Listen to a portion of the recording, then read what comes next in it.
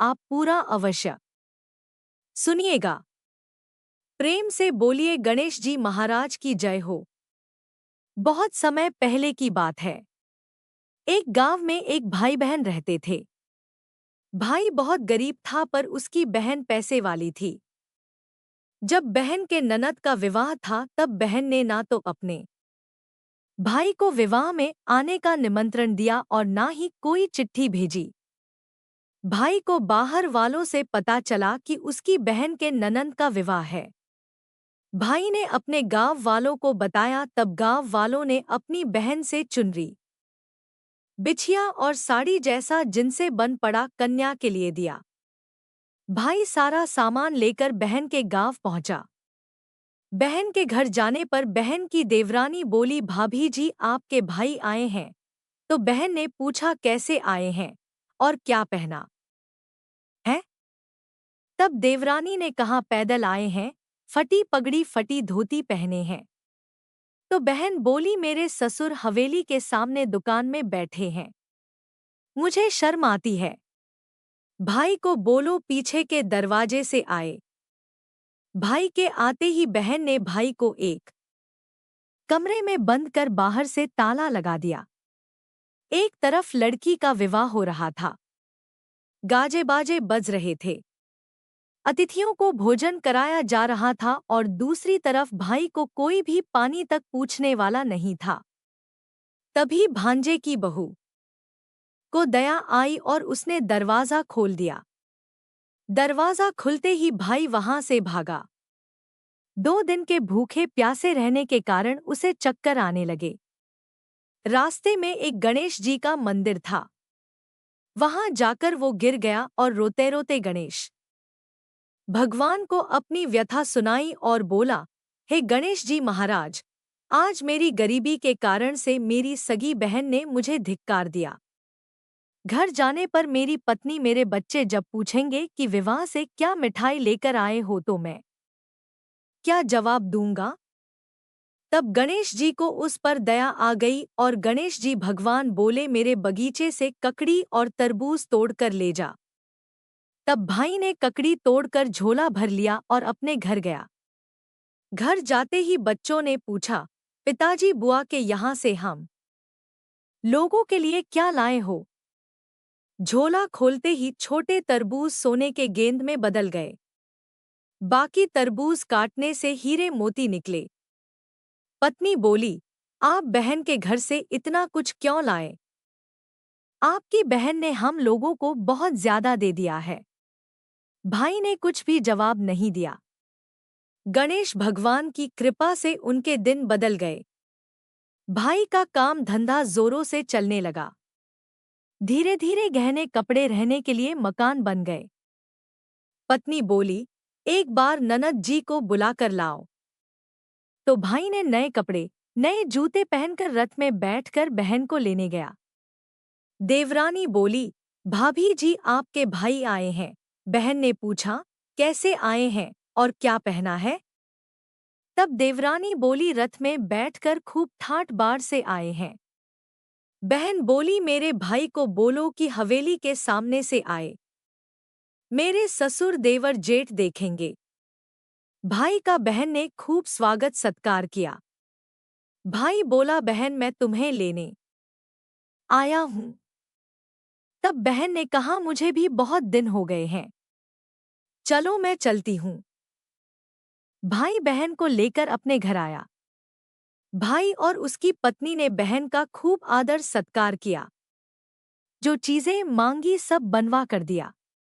बहन बोली, भाई मुझे एक जूते चाहिए।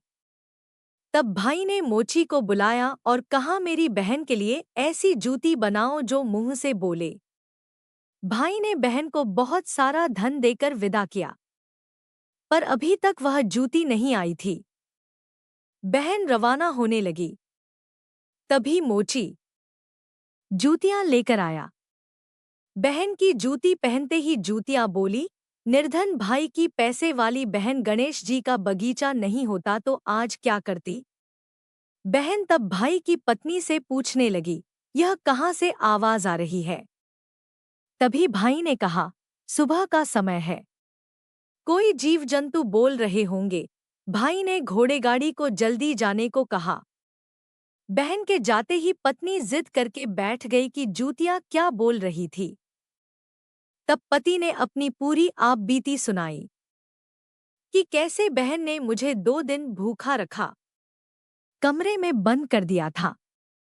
भांजे की बहू ने दरवाजा खोला तब मैं बाहर आया और गणेश जी की शरण में जा पहुंचा। गणेश जी की कृपा से हमारे दिन बदले हैं। उसने अपनी पत्नी को डोट सारी बातें बताई। तब पत्नी बोली, अगर मुझे मालूम होता तो मैं आपकी बहन को कुछ नहीं देती। मेरा दिया हुआ सब कुछ वापस लेकर आओ। तब पति बोला, गणेश भगवान ने हमें सब दिया है। अगर वह मुझे भूखा प्यासा कमरे में बंद नहीं करती तो मैं गणेश भगवान के मंदिर में क्यों जाता? क्या मैं गणेश जी को अपना दुखड़ा सुनाता? तुम अपना मन मैला मत करो और अपने पर तो गणेश जी की कृपा है और किस चीज की कमी है। फिर दोनों गणेश जी के आगे झुककर प्रणाम करते हैं और जयकारा लगाते हैं। हे गणेश जी महाराज, जैसी कृपा आपने गरीब भाई पर की वैसे ही अपने सभी भक्तों पर अपनी कृपा बनाए रखना। तो प्रेम से बोलिए गणेश जी महाराज की जय हो। आइए अब सुनते हैं गणेश जी महाराज की अगली पौराणिक कथा। एक बार देवी तुलसी विवाह हेतु वर ढूंढने के लिए तीर्थ यात्रा पर निकली थी और ढूंढते ढूंढते वह गंगा किनारे पहुंच गई। उस समय गणेश भगवान गंगा किनारे तप कर रहे थे। उन्हें देखते ही देवी तुलसी उन पर मोहित हो गई और उनके मन में गणेश भगवान से विवाह की इच्छा उत्पन्न हुई। फिर देवी तुलसी ने गणेश जी के पास जाकर उनका ध्यान भंग कर दिया। आंखें खोलने के बाद गणेश भगवान के सामने देवी तुलसी खड़ी थी, लेकिन सामने एक स्त्री है। इसलिए अपने क्रोध को नियंत्रण में रखकर गणेश भगवान ने पूछा, आप कौन है देवी? और मेरा ध्यान भंग करने का क्या कारण है? तो जवाब में देवी तुलसी ने अपने परिचय के साथ गणेश जी से विवाह की बात कर ली। उत्तर में गणेश भगवान जी बोले, देवी मैं ब्रह्मचारी हूँ, इस वजह से मैं विवाह नहीं कर सकता। अपने विवाह प्रस्ताव के लिए ना सुनने के बाद देवी तुलसी क्रोधित हो गई और उन्होंने गणेश जी को श्राप दे दिया कि उनका ब्रह्मचर्य टूटेगा और उनके 2 विवाह होंगे। इस बात पर गणेश भगवान भयंकर क्रोधित हो उठे, क्योंकि एक तो वह स्त्री है इसलिए। ध्यान भंग करने पर भी गणेश जी ने कुछ नहीं कहा और इतनी विनम्रता से बात करने पर भी उन्हें श्राप दिया गया। फिर गणेश जी ने भी देवी तुलसी को श्राप दे दिया कि तुम्हारा विवाह शंखचंड नाम के असुर के साथ होगा। एक देवी होकर भी उनका विवाह एक राक्षस से होगा। यह जानकर देवी तुलसी विचलित हो गई और विनायक जी से इस कठोर श्राप से मुक्ति दिलाने की क्षमा याचना करने लगी। फिर गणेश जी को तुलसी देवी पर दया आ गई। वे बोले कि मेरा श्राप तो बदल नहीं सकता, वह तो सच होकर ही रहेगा। लेकिन अगले जन्म में तुम एक पेड़ बनोगी और भगवान महाविष्णु जी को अत्यंत प्रिय होंगी। उनकी पूजा में भी तुम्हारा एक महत्वपूर्ण स्थान होगा और कलयुग के इंसानों को तुम मोक्ष का मार्ग दिखाओगी। लेकिन तुमने मेरा तप भंग किया है और मुझे ब्रह्मचारी होकर भी 2 विवाह का श्राप भी दिया है। इसलिए मेरी किसी भी प्रकार की पूजा में तुम निषिद्ध रहोगी। इस प्रकार देवी तुलसी गणेश भगवान की पूजा में निषिद्ध हो गई। प्रेम से बोलिए गणेश भगवान की जय। आइए सुनते हैं गणेश जी के विवाह की कथा। भगवान गणेश का मुख हाथी का है और एक दांत भी टूटा हुआ है। इन्हीं 2 कारणों की वजह से उनका विवाह नहीं हो पा रहा था। इस बात से गणेश जी महाराज अक्सर नाराज रहा करते थे। एक दिन एक देवता के आग्रह पर विनायक जी उसके विवाह में अपनी उपस्थिति दर्शाने गए। विवाह स्थल पर पहुंचने के बाद कुछ देवताओं ने मिलकर गणेश भगवान का समय पर विवाह न होने के कारण उपहास किया, जिससे गणेश जी बहुत ही अधिक नाराज हो गए। उसी दिन उन्होंने ठान लिया कि जब तक मेरा विवाह नहीं होता तब तक मैं किसी भी देवता का विवाह नहीं होने दूंगा। गणेश भगवान के पास विवाह और अन्य संदेश लाने का काम उनके प्रिय वाहन मूषक राज करते थे। अब मूषक राज जब भी किसी देवता के विवाह का समाचार लाते तब गणेश जी उसे आदेश देते और मूषक राज अपनी सेना के साथ जाकर उस विवाह के मंडप को गिराकर तहस-नहस कर देते और बारातियों को भी भगा देते। इस तरह गणेश जी और मूषक राज की मिलीभगत की वजह से किसी भी देवता का विवाह नहीं हो पा रहा था। गणपति जी के व्यवहार से तंग आकर सभी देवी देवता भगवान शिव और माता पार्वती जी के पास पहुंच गए और इस विराट समस्या का समाधान मांगने लगे। भगवान शिव और माता पार्वती ने कहा कि इसका हल तो आपको केवल ब्रह्मदेव जी के पास ही मिल सकता है। कृपा करके आप ब्रह्मलोक को जाएं। तब माता पार्वती और महादेव जी को प्रणाम करके सभी देवी देवता ब्रह्मा जी के पास प्रकट हुए। देवताओं की समस्या को ठीक से सुनने के बाद ब्रह्मा जी ने अपनी योग शक्ति से 2 कन्याओं का निर्माण किया। कन्याओं का नाम था रिद्धि और सिद्धि। वह दोनों ब्रह्मा जी की मानस पुत्रियां थीं। उन्हें लेकर ब्रह्मा जी गणेश महाराज के पास गए और उनसे अपनी पुत्रियों को डोट ज्ञान एवं शिक्षा प्रदान करने का निवेदन करने लगे। ब्रह्मा जी का मान रखने के लिए एकदंत भगवान ने रिद्धि और सिद्धि को शिक्षा देना आरंभ किया।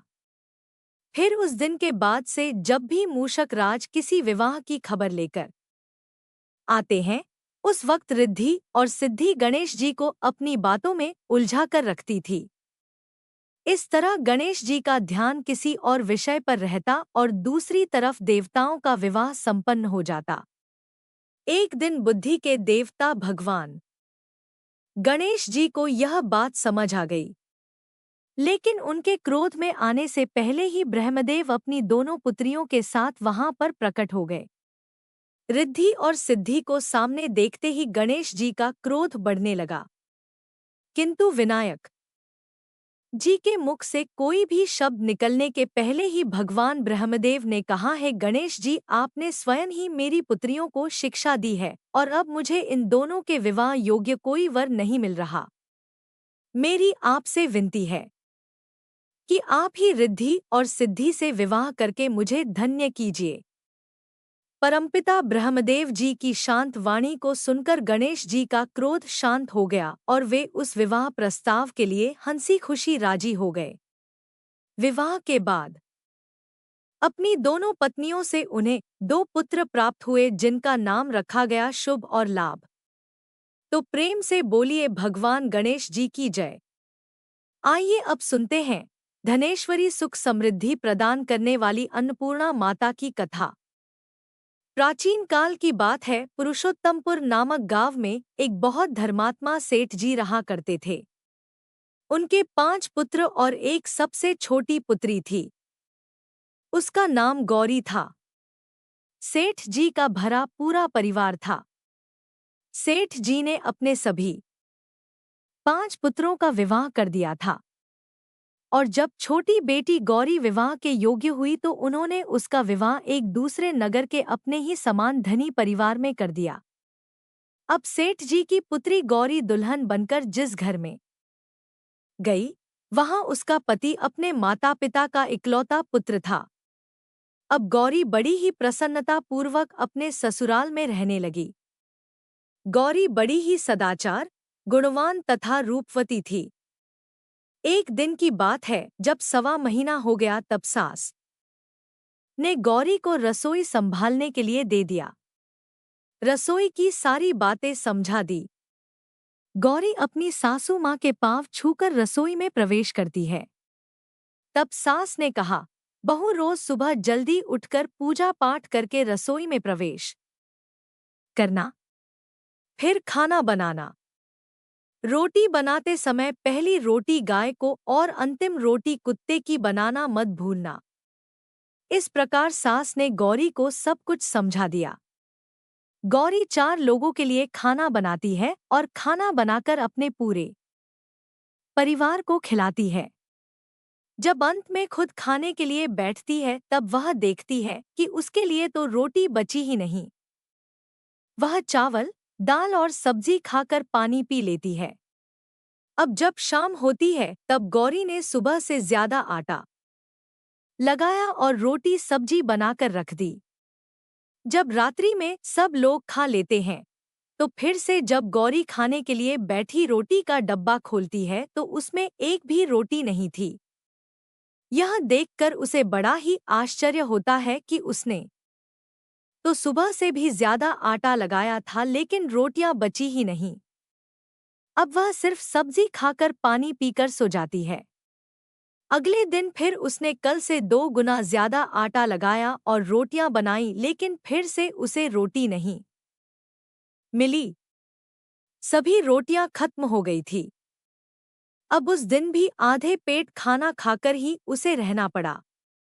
इसी प्रकार गौरी चाहे जितना भी आटा लगाती रोटियां उसे नहीं मिलती। यह हर रोज का काम हो गया था। वह सोचने लगी आखिर कौन नहीं चाहता कि मैं रोटियां नहीं खाऊं, मैं पेट ना भरूं। गौरी इस आस में आटा ज्यादा गूंथती कि किसी ना किसी दिन तो उसे रोटियां मिलेंगी, किंतु ऐसा नहीं होता है। ऐसा करते करते वह बहुत कमजोर दुबली पतली हो गई। तो दोस्तों, ऐसे ही एक दिन की बात है जब गौरी रसोई में सब्जियां काट रही थी तो गलती से चाकू से उसका हाथ कट जाता है और वह रोटियां नहीं बना पाती। तो उसकी सासू माँ ने कहा, बहू रहने दो, आज मैं रोटियां बना देती हूँ। तो गौरी ने कहा, नहीं सासू माँ, आप आटा लगा दीजिए, मैं रोटियां बना दूंगी। तो दोस्तों, उस दिन सासू माँ ने आटा लगाया और फिर बहू को दिया। बहू रोटियां बनाकर रख देती है। घर के सभी सदस्य रात के समय जब खाना खाने लगते हैं, सब लोग जब खाना खा लेते हैं, तब बारी आती है गौरी की। तो वह बहुत दुखी मन से खाना खाने बैठती है। वह सोचती है, आज तो सासू माँ ने आटा गूंथा है, वह भी बहुत कम। आज तो मेरे लिए रोटियां बची ही नहीं होंगी। यह सोचकर बहू मन ही मन बहुत दुखी होती है। किंतु जब वह रोटी के डिब्बे को खोलती है तो उसने देखा कि उसमें 4-5 रोटियां पड़ी है। यह देखकर बहू बहुत खुश होती है। अब क्या था, ऐसे ही 7 दिनों तक बहू की सासू माँ आटा गूंथने लगी और बहू रोटियां बनाती थी। बहू को रोज रोटियां मिलने लगी। इन 7 दिन बहू ने भर पेट खाना खाया। जब 8वां दिन आया तो बहू का हाथ भी ठीक हो गया था। तब सासू माँ ने कहा कि गौरी बेटा, क्या मैं आज आटा गूंथ दूं या फिर तुम आटा गूंथ लोगी? तब गौरी ने कहा, नहीं माँ, मेरा हाथ अब ठीक हो गया है, मैं आटा गूंथ दूंगी। उस दिन गौरी ने आटा गंथा और रोटियां बनाईं। सबको प्रेम पूर्वक खाना खिलाया। जब उसके खाने की बारी आई तब उसने देखा कि रोटी के डिब्बे में तो रोटी है ही नहीं। पूरी रोटी खत्म हो गई। यह देखकर वह गौरी बहुत ही आश्चर्य में पड़ जाती है। वह सोचती है, जब तक सासू माँ ने आटा लगाया तब तक तो मुझे रोटियां मिलती थी, लेकिन जब से मैं आटा गूंथने लगी तो मुझे रोटियां ही नहीं मिलती, जबकि सासू माँ मुझसे बहुत ही कम आटा गूंथती। इसके बाद भी पूरा परिवार उसमें खा लिया करता था। ऐसी क्या बात है? यह सारी बातें सोचकर गौरी बहुत ही परेशान हो जाती है और दिन भर दुखी रहती थी। एक दिन की बात है। गौरी के पति ने गौरी से पूछा कि गौरी, तुम इतना उदास क्यों रहती हो? इतना सारा धन संपत्ति सब तुम्हारा ही तो है। तुम्हें रोकने टोकने वाला कोई नहीं है। तुम अपने मन से अपनी पसंद का भोजन बनाकर खाती हो। तुम दिन प्रतिदिन इतनी कमजोर कैसे होती जा रही हो? गौरी ने लाज और संकोच से अपने पति को कुछ नहीं बताया। तब उसके पति ने सोचा कि शायद उसकी पत्नी को उसके माता-पिता की याद आ रही है। इसलिए अगले दिन गौरी का पति अपने माता-पिता से कहता है कि पिताजी, मुझे लगता है कि गौरी को उसके माता-पिता की याद आ रही है। मैं उसे उसके मायके ले जाकर सबसे मिलवा लाता हूँ। अपने बेटे की बात सुनकर गौरी के सास ससुर तैयार हो जाते हैं और उसे जाने की अनुमति दे देते हैं और कहते हैं, बेटा, यदि बहू को अपने माता पिता से मिलकर प्रसन्नता होती है तो अवश्य ही तुम उसे उसके मायके ले जाओ। अब गौरी का पति अपनी पत्नी को लेकर उसके मायके जाता है। दामाद और बेटी को देखकर उनका बहुत ही आबगत होता है। तरह तरह के व्यंजन बनाए जाते हैं, उन्हें खिलाए जाते हैं, बहुत सेवा सत्कार होता है। उसी दिन रात्रि में समय मिलने पर गौरी की माँ ने अपनी बेटी को कोने में ले जाकर पूछा, बेटी, तुम इतनी दुब्बली पतली कैसे हो गई? तुम तो बहुत ही कमजोर दिख रही हो। क्या बात है? तुम्हें कौन सी बात खाए जाती है? क्या तुम्हारे ससुराल वाले तुम्हारी चिंता नहीं करते? तुम्हें दुख देते हैं? या ऐसी कौन सी बात है जिससे तुम्हारी यह दशा हो गई है? अपनी माँ की बात सुनकर गौरी अपनी सारी परेशानी, सारी चिंताएं, सब कुछ बताती है। अपनी बेटी की बात सुनकर गौरी की माँ ने कहा, बेटी, हमें लगता है माता अन्नपूर्णा तुमसे नाराज हो गई है। इस विषय में तो मैं कुछ नहीं कर सकती क्योंकि तुम्हारे ससुराल में हमारा बोलने का कोई अधिकार नहीं है। इसलिए मैं तो कहूंगी कि तुम यहाँ से जाने के बाद इस विषय में अपनी सास और ससुर से बात करना। वही कुछ हल बताएंगे और तुम्हारी समस्या का समाधान होगा। बेटी, माँ अन्नपूर्णा जिससे नाराज होती है उसके साथ ऐसा ही होता है। अब अपनी माँ की बातें सुनकर गौरी निश्चय करती है कि वह सारी बातें अपनी सासू माँ से कहेगी। अब जब सुबह का समय होता है तो गौरी अपने माता पिता से विदाई लेकर अपने ससुराल आ जाती है और ससुराल आने के बाद वह अपने सासुर और पति से सारी बातें कह सुनाती है। वह कहती है, माँ जी, जब से मैंने रसोई संभाला है, मैं खाना बनाती हूँ, तब से मुझे एक भी दिन रोटियां नहीं बचती। मैं बिना खाए ही सो जाती हूँ।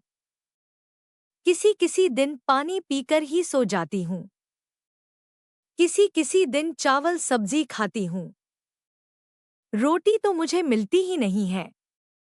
और माँ जी, आपको याद है मेरा हाथ कटा था, तब आप उस समय आटा गूंथा करती थी और वह भी बहुत कम।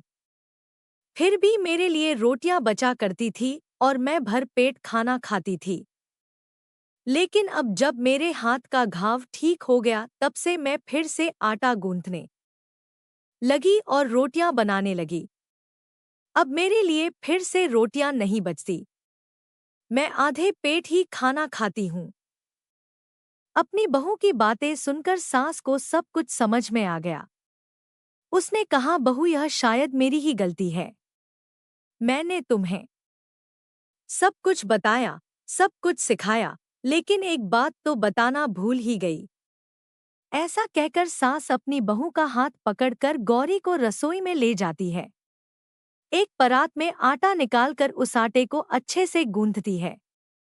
गूंथने के बाद उस गूंथे हुए आटे पर अपनी उंगलियों के 5 छाप लगा देती है और कहती है कि बहू, यह माँ अन्नपूर्णा का छाप होता है, उनका चिन्ह माना जाता है।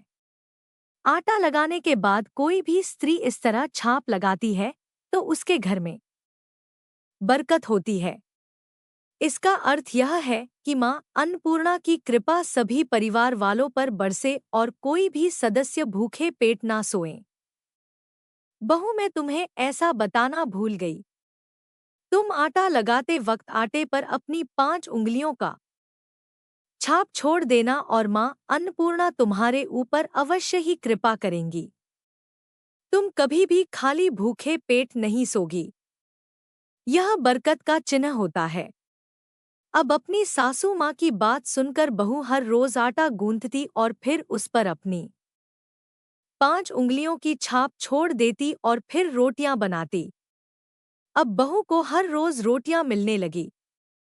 वह भर पेट भोजन करने लगी और स्वस्थ भी हो गई। माँ अन्नपूर्णा की कृपा उस पर बरसने लगी। उसके हाथ में माँ अन्नपूर्णा का वास हो गया। घर पर कोई भी सदस्य भूखा नहीं रहता और जो कोई मेहमान आता या कोई भीख मांगने के लिए भिक्षुक आता उसे भी वह खाना खिलाकर ही घर से विदा करती। इस प्रकार बहू के ऐसा करने से उसके घर में बरकत होने लगी, अन्न की वर्षा होने लगी। तो प्रिय भक्तजनों, आटे को गूंथकर उस पर 5 उंगलियों का छाप लगाना हमारी पुरानी परंपरा है।